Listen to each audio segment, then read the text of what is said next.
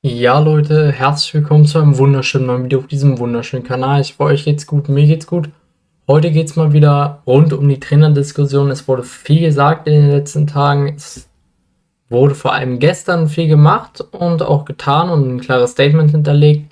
Der FCM wird weiter mit dem Interimsduo Ebold und Sander arbeiten. Sander wird weiterhin Interimstrainer sein und Ebold dementsprechend der Co. dazu.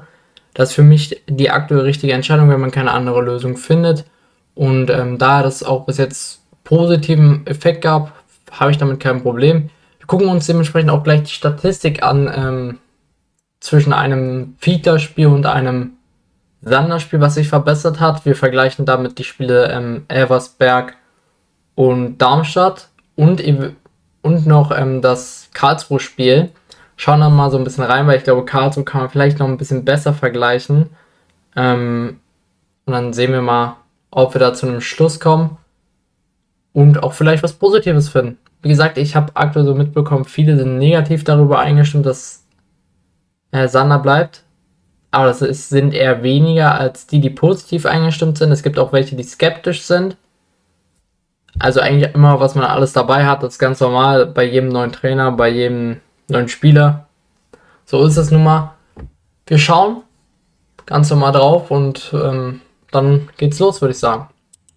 Gut, wir fangen direkt mal an mit der Statistik zum Darmstadt-Spiel. Wenn man das hier sieht, ist es natürlich relativ klar, würde ich sagen. Und man kann ganz klar auch sagen, dass wir besser waren. Es ist alles eigentlich eine einzelne Statistik für uns. Also, das spricht ja schon eine klare Sprache. X-Goals haben wir mehr, X-Assist haben wir mehr, Torschüsse haben wir mehr, Laufleistung mehr. Auch das ist tatsächlich wichtig zu bemerken. Laufleistung haben wir sonst immer weniger eigentlich.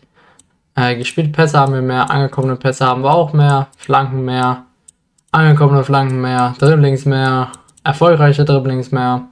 Also wir waren da schon sehr erfolgreich, muss man sagen. Auch Ballbesitz ist klar höher mit 63%. Das ist schon sehr überraschend, wie man im Endeffekt dann Darmstadt gegen die Wand gespielt hat.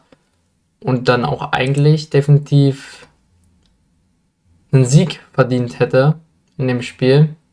Aber auch das gehört soweit dazu. Da fehlt dann noch die Entwicklung vorne vorm Tor. Wenn wir jetzt aber auf Spieltag 8 zurückblicken. Ein sehr, sehr hässlicher Spieltag, muss man sagen, an dieser Stelle. Ein Spieltag, den ich nicht so gefühlt habe. Elversberg sehen wir statistisch natürlich ganz andere Werte. Natürlich ist auch Elversberg, die sind aktuell das Maß der Dinge. Das vor allem natürlich Torschüsse mehr und alles weitere. Das war statistisch nicht mal das allerschlechteste Spiel unter Fiedler. Trotzdem bringt es dir nichts bekanntermaßen, wenn du mehr Ballbesitz hast, aber nichts daraus machst. Die Defensive war halt locker, die Raumdeckung ist der große Fehler gewesen. Ich glaube, sonst hätte man auch mehr Punkte unter Fiedler holen können. Ja, da bin ich schon ganz echt der Meinung. Aber um es vielleicht nochmal ein bisschen deutlicher zu machen, können wir hier auf Spieltag 7 zurück und schauen uns das Karlsruhe-Spiel an. Ich glaube, das ist das am besten zu vergleichende Spiel.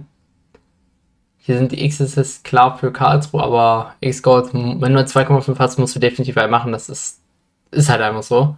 Du hast mehr Torschüsse, weniger Laufleistung, gespielte Pässe hast du mehr. Dann natürlich auch dadurch, dass man mehr Ballbesitz hat, eigentlich die ganzen Ballaktionen mehr. Außer Flanken, da kam mehr von Karlsruhe. Zweikämpfe, hier mehr gewonnen von Karlsruhe. Luftzweikämpfe, mehr gewonnen von uns. Faul Hand gespielt, das ist alles irrelevant. Also man sieht schon tatsächlich eine Entwicklung unter Sander, auch wenn die nicht groß ist, das muss man auch klar sagen. Aber es kommen mehr Flanken an. Es werden bessere Flanken geschlagen, wie ich auch gefühlt habe. Auch wenn einige komplett noch daneben gingen. Also man hat schon eine klare Entwicklung gesehen. Die Manndeckung ist auf jeden Fall, liegt den Jungs 10-mal besser. Auch das gehört soweit dazu. Und man hat jetzt ein Spiel zu 0 gespielt. Davor hatte man einen Gegentorschnitt von fast 3 unter Fiedler, beziehungsweise 2,5. Einmal zu 0. Das ist schon mal nicht schlecht, muss man ganz ehrlich sagen. Und man macht da auch vielleicht den einen oder anderen Fortschritt in der Entwicklung. Natürlich wünscht man sich, wenn man Sander und Tune vergleicht, lieber Tune. Das verstehe ich absolut. Man kann auch nicht interimsweise auf einmal den größten Banger raushauen. Obwohl das schon ein unglaublicher Interimstrainer ist, darüber habe ich auch schon gesprochen, dass so mit der Beste ist. die man eigentlich auf dem Markt hat, interimsweise.